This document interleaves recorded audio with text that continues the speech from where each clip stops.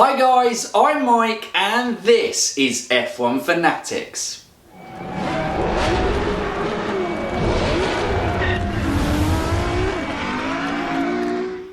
Welcome back to another Driver Rivalries episode where we discuss who's better between two drivers. Today it is the Battle of the Frenchmen, if you've seen by the thumbnail, and that is Pierre Gasly versus Esteban Ocon. And obviously both drivers had competed in 2 full seasons within Formula 1 with an extra couple of races here. Gasly I think had about 5 other races for Toro Rosso before his first full season with them, and obviously Esteban Ocon had I think 9 races with Manor Racing before he made his move to Force India and then obviously Racing Point as it became. So I thought they were 2 drivers, similar sort of age, both had a similar sort of kind of comparable time within Formula 1, and it would be good to kind of do our usual kind of stat analysis on the drivers and ask that question, who's better?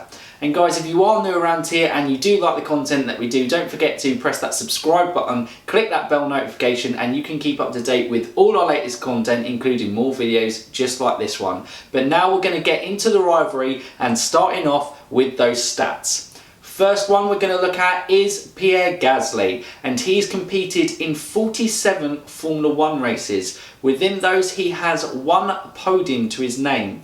He has racked up 124 points in this time with 2 fastest laps. His best qualifying was 4th at the German Grand Prix in 2019, and his best race finish was obviously that 2nd place finish, the drag race with Lewis Hamilton to the finish line in Brazil, and probably one of the best celebrations to get in his first podium ever. He was crazy on the radio. So yes, 2nd position for Pierre Gasly.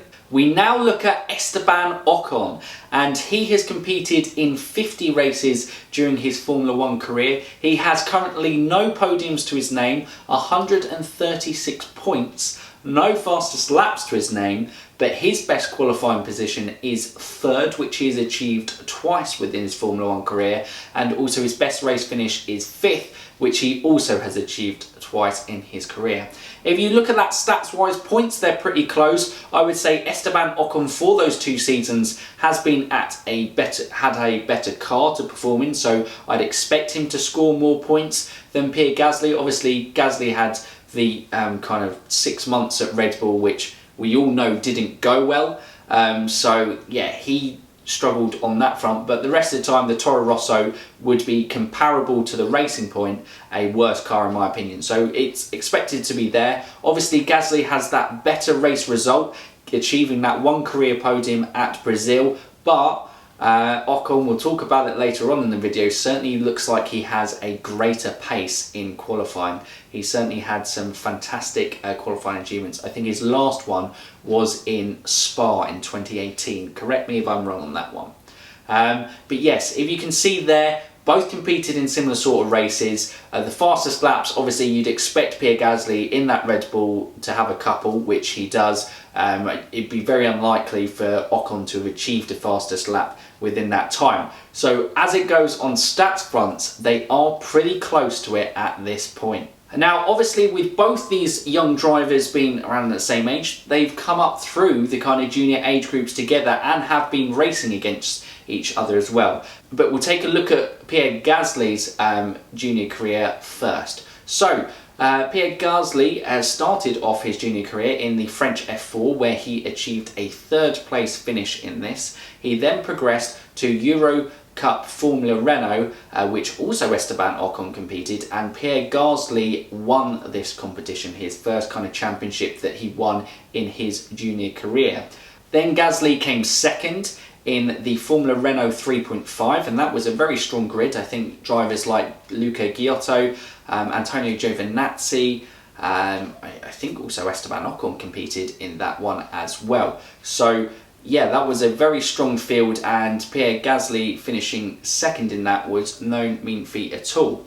And then we move on to probably his most impressive of his junior results in terms of he won GP2 in 2016, and in 2017 he also came second in Super Formula. And Super Formula, that is a real kind of achievement, I think, on Pierre Gasly's front, because it is such a hard competition. We've seen other junior drivers go there and struggle because it isn't really technically a feeder series. It is a very experienced grid. You have kind of drivers like Yamamoto competing season in, season out. And obviously we saw him in the Toro Rosso, but he's now 31 years of age and was competing obviously still back when Gasly was in there as well. Kobayashi is also competing in that grid, and there are just a lot of experienced drivers who've competed there. So it is really difficult in a short round in kind of very specific tracks and specific cars. It is very difficult actually to kind of go out there and do well.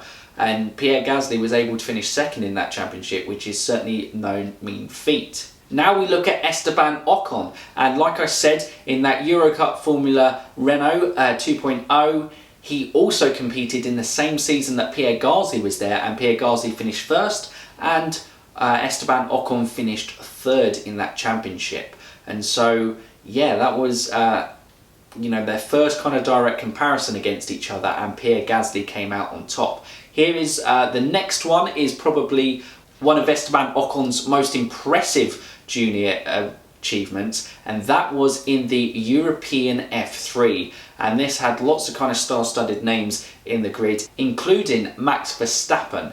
And Esteban Ocon was able to come first in this championship, and then the following year he moved to GP3 and also came first before making his progress up into Formula 1. So if we compare their junior careers, I would say that Pierre Gasly had the more impressive junior career and also achieved more notable achievements. And in the direct comparison in terms of the Eurocup Formula Renault, Gasly actually came out on top. So for me, in this kind of look ahead, Gasly does come out in top in this rivalry. We now look at the drivers in terms of teammate head-to-heads in terms of their Formula 1 career. So this is kind of like, yeah, the first kind of proper direct comparison with them in Formula 1. So obviously they haven't competed against each other as teammates, but Esteban Ocon competed against 2 seasons against Sergio Perez. For me, one of the best midfield drivers on the grid and a very difficult guy to do. In his first season, Esteban Ocon really struggled, but in his second season, he was very impressive. I think he beat Sergio Perez 16-4 in terms of qualifying, which was, yeah, very impressive in that terms. And he also beat him in races as well. It was just the fact that Sergio Perez was able to secure a podium during that season. Esteban Ocon actually had a higher average finishing position than Sergio Perez through the season, but at the end of the day, points is where it comes down to it, and Perez still did beat him in that second season. So he was beaten in both seasons by Sergio, but the second season was a lot closer, and he was very good in that second season. If we compare that to Pierre Gasly in his teammate head-to-heads, his first season obviously was against Brendan Hartley. Yes, a good talented youngster, someone who has done well in the World Endurance Championship, obviously now competing in Formula E with Geox Dragon racing team. But it's probably an easier teammate, well, it definitely is an easier teammate than what Esteban Ocon had to come up against in Sergio Perez. So you would expect Pierre Gasly, if he was going to be anything, to obviously beat Brendan Hartley, which he did, so he won that one. Then the half season he had against Max Verstappen last year, obviously he came out worse off that. I think it would be very difficult for any of the drivers, and I certainly wouldn't have expected Esteban Ocon to beat Max Verstappen in that half a season. But obviously Gasly did so poorly that it led to him being demoted back to Toro Rosso. But he then performed very well at Toro Rosso in the second half of the season and actually did beat Daniel Kvyat in that teammate head-to-head as well. We won't obviously compare points on that one because obviously Gasly had the advantage of a half season in Red Bull. But for me on this one, because of who he was up against and the rate of improvement that he showed in his second season against a guy like Sergio Perez, Esteban Ocon wins the teammate head-to-heads for me. He was kind of, you know, unlucky not to beat on stats. Generally, if you beat your teammate in the head-to-head on qualifying and race, you usually outscore them in the championship. So for me, I think Esteban Ocon's teammate head-to-heads at this stage are more impressive than Pierre Gasly's. Now we're going to compare them in terms of their qualifying pace. And for me, this one is quite an easy one. I think Esteban Ocon is clearly the quicker driver in qualifying. Yes, he's probably had a better car to prove it on that front. I would say Gasly has a very consistent pace and can get himself through. But in terms of natural pace and would be able to achieve really good positions, in fairness, you know, Esteban Ocon qualifying twice on the second row in a Force India is a mightily impressive thing that he has done. So definitely on this one, Esteban Ocon is the winner in terms of qualifying pace. In terms of race, I'm going to say that Pierre Gasly is going to win on this one, barring obviously the time that he had at Red Bull. That was obviously he struggled with the car, he just couldn't adapt to it. Then in his previous season, obviously getting a fourth in only his second race in Bahrain, and obviously that second in Brazil at the end of 2019. I just think when it comes to the race, there is a little bit more composure there in terms from Pierre Gasly, and he has a little bit more pace and consistency over the full race, where Esteban Ocon has qualified in some very good positions but hasn't been able to kind of convert them into a higher grid position. And if you look, you know, the fifth place for Ocon is, you know, in a Force India, and the second place is actually for Gasly in a Toro Rosso. So I think that's quite a clear comparison there, and Gasly wins that head-to-head. We now look at consistency, and for me, this one is an absolute dead heat. I think both drivers are very consistent in terms of the performances they've put on. I'll keep saying it, bar obviously the Red Bull part for Gasly. If we just compare the Toro Rosso and Force India ones, I think both drivers proved to consistently score points in those teams and consistently get kind of good performance out of their cars. So I can't really split them on this one, so it is going to be a tie.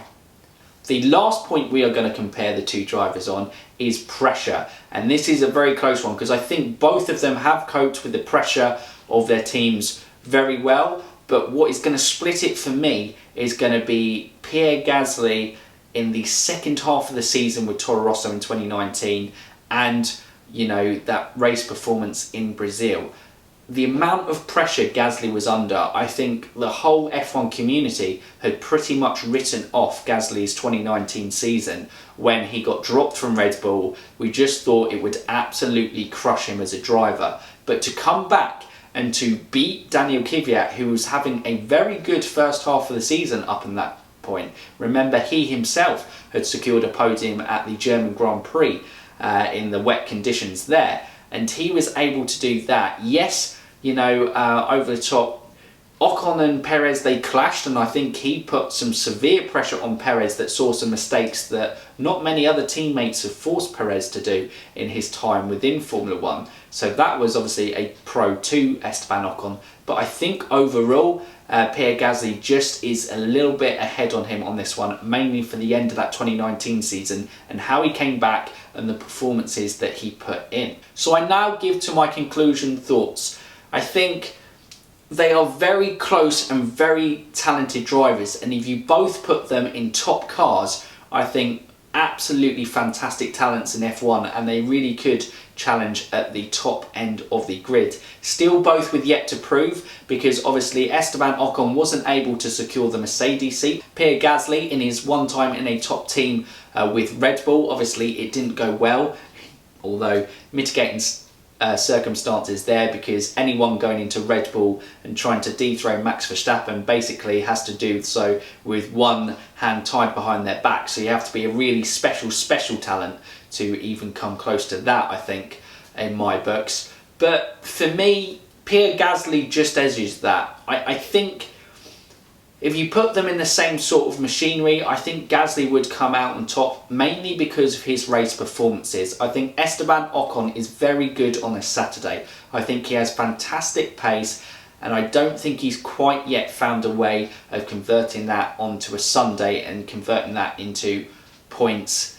Where Pierre Gasly, if you give him a car that suits him, that's built around him, so much like the Toro Rosso will be, obviously AlphaTauri coming up this season, I think he really extracts some really incredible performances out of the car, and obviously Brazil is the main one for that. So Pierre Gasly is going to be my winner of this F1 Who's Better Driver Rivalries. But guys, I would love to hear your thoughts in the comments below. Do you agree with me? Do you disagree with me? Who do you think is better out of Esteban Ocon and Pierre Gasly? Like I said at the start of the video, if you are new around here, don't forget you can subscribe to the channel, click that bell notification, and you can keep up to date with all our latest content and more videos just like this one. Don't forget, if you also liked it, give it a thumbs up. It lets us know, and yeah, we kind of really appreciate the feedback that you guys give. But for now, guys, that's the end of this F1 Who's Better. Pierre Gasly has come out on top. And for now, you F1 fans, keep racing.